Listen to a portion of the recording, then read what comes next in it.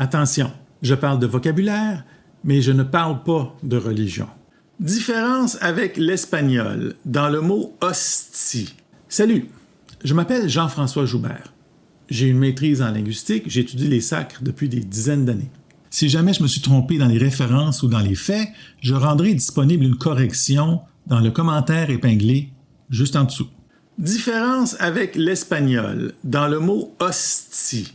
Alors, est-ce qu'il y a une différence dans le mot hostia en espagnol puis le mot hostie en français québécois?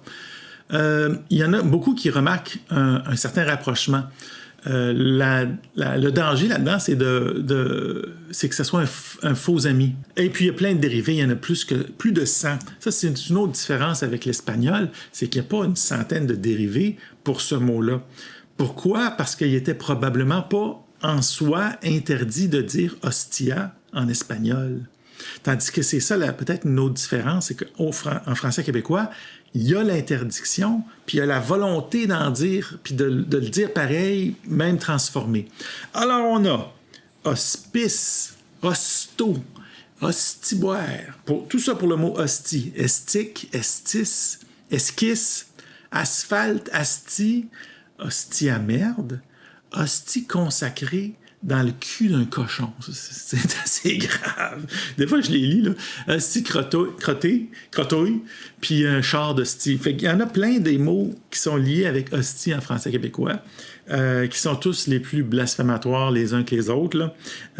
Et puis qui montrent là, cette espèce d'opposition viscérale à l'hostie. Qui est typique là, des guerres de religion, de la Réforme. Là. On est dans les idées de la Réforme. Puis à quelque part, là, le Québec là, a été construit, a commencé à l'époque de la Réforme. Vous connaissez peut-être plus ça, là, la Réforme, là, les protestants, les catholiques, surtout si vous avez grandi à l'extérieur du Québec.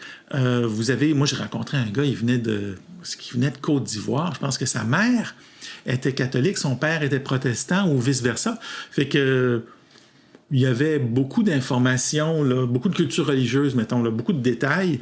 Donc, c'était assez facile de parler de ce sujet-là. Puis avec nos sacres aussi, parce que, bon, aujourd'hui, on a laissé un peu... tout le monde est capable de réfléchir puis de prendre ses distances face aux textes religieux, là. On n'est pas en 1620, là.